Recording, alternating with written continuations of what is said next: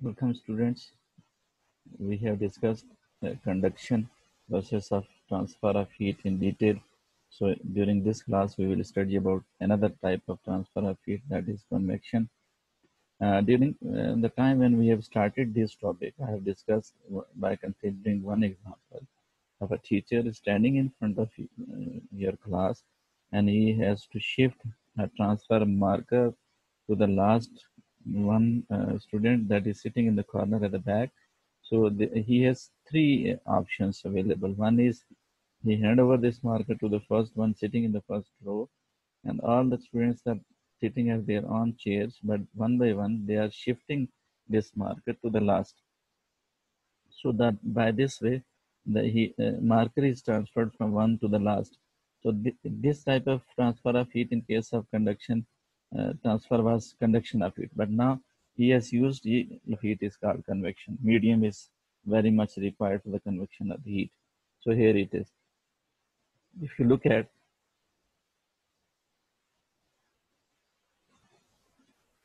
use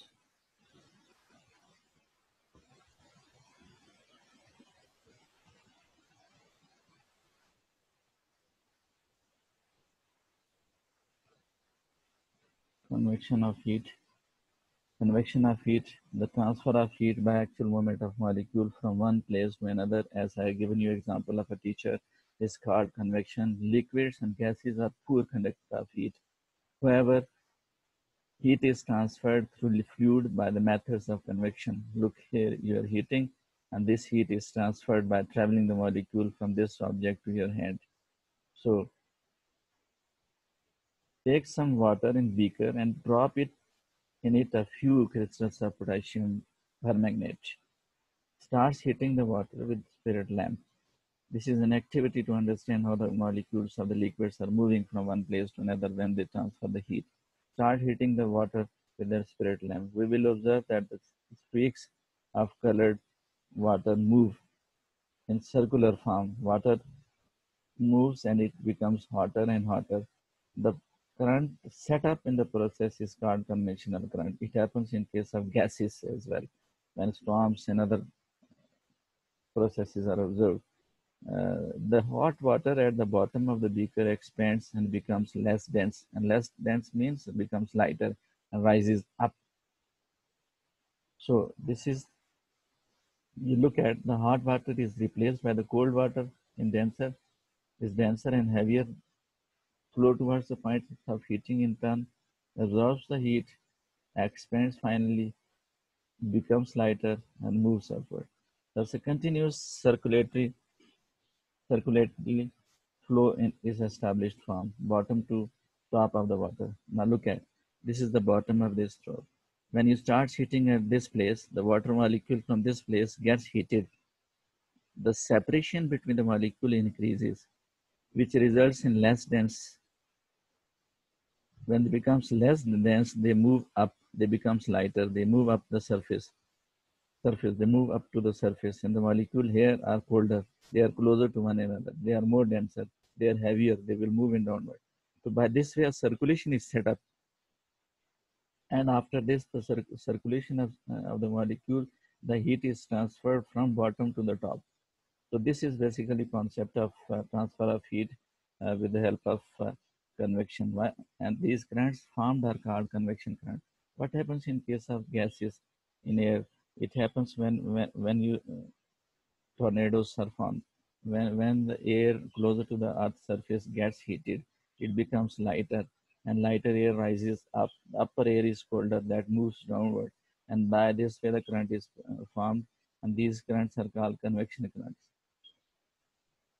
So this is the procedure how the heat is transferred from bottom to the top. The molecules at the bottom are getting more amount of energy. When they are getting more amount of energy, after getting they move apart from each other, they becomes light.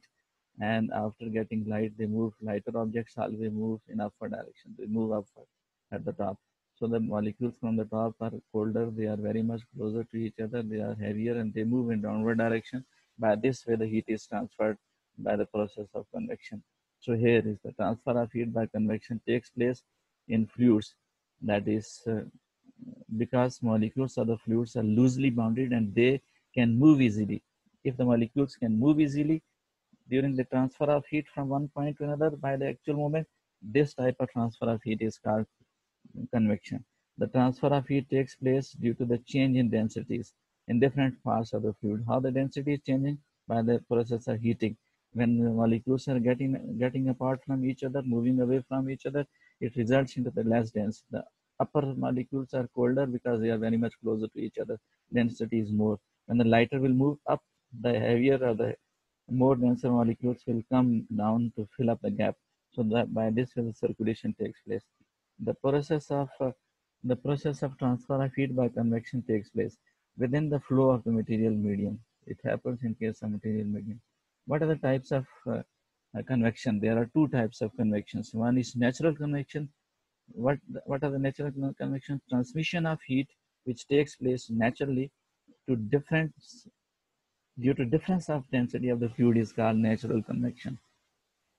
What are these examples? Flowing of wind, seasonal winds like land and sea breeze. Land and sea breeze are also the examples of convectional current. Monsoon and trade winds, these are also natural types of convectional convection. The forced convections, what are the forced convections? The convections that take place artificially and forcefully is called forced convection. Water geysers, electronic fans, and water pumps. These are different types of the examples. We will study these four types of convections in a course. Working of geyser, this is one. We will go up to 7 or 8 applications of convection. Working of geyser in houses, geyser hold based on convection. Householder geyser is based on convection. The water in the boiler is heated by convection and reaches to the upper portion of the tank. It becomes lighter, it reaches the upper portion of the tank. The colder water from the water tank replaces the hot water, cold water, enters the boiler from the bottom and and after getting hotter, it becomes light and rises up. So this is one of the most interesting phenomena in your geyser. What happens with the help of heater, fire, you heat up the water and water that gets heated, it becomes lighter, it moves up, and the other water from the tank that is colder moves down to fill up the gap. And by this way, we use the hot water in our washrooms and other uses. So this is one of the figures we explain. Hot water rises up, and the cold water. This is the hot water which comes out, and the cold water comes and fill in the gap. So this is the storage tank, and it has both hot and cold water. So ventilation. Ventilation of air in houses is possible only when the convection. It is confined not only to the houses, but it is also set up due to unequal heating anywhere. For the examples, storms, water current, and trade winds. You have seen most of the time when you're using geyser, when you are using heaters for the heating purpose, you place it at the bottom. But when you use the air conditioner, you are installing at a certain height. Why? Because the heaters and other types of objects which are producing light heated or the warm air, it is lighter, it will rise up. So that's why always they are placed at the bottom on the floor. But in case of the AC, it is placed up closer to the roof. So the reason is that because the air or the moisture coming from the AC is colder, it is heavier, so it will always move in downward direction. So that's why the installation is considered. They are kept at a certain height. So here it is. Sea breeze, ventilation of the air houses. We have already done storms, current, and trade winds. So sea breeze. On a day, hot day, the temperature of the land increases. Why? Because low specific heat more quickly than the sea water. It is because of the specific heat of the land is much smaller than the sea. The air above the land gets hot and rises up because it becomes lighter. Cold water from the sea begins to move. Moist air moves from the sea towards the land. It is sea breeze. Look at this is the examples of how the breeze moves from the sea towards the land. So next is the land breeze at night, because the same thing happens. water has specific heat larger, it will take more time to get colder if it has taken more time to heat up. So the land having less specific heat, it gets heated earlier and gets colder as earlier. So it gets at night the land cools faster than the sea. So therefore, um, above the sea is warmer. The rises up and cold air from the land begins to move towards the sea. This is called land breeze. At night, the land is having basically transfer of the heat takes place. During the daytime, what happens? The land becomes hotter and air becomes lighter. So above the surface, air becomes lighter, it rises up, and from the sea, air is colder. That comes and fills the gap, being heavier.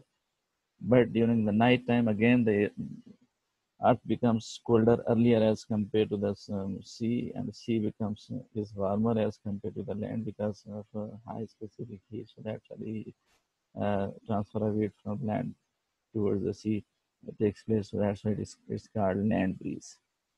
So here it is.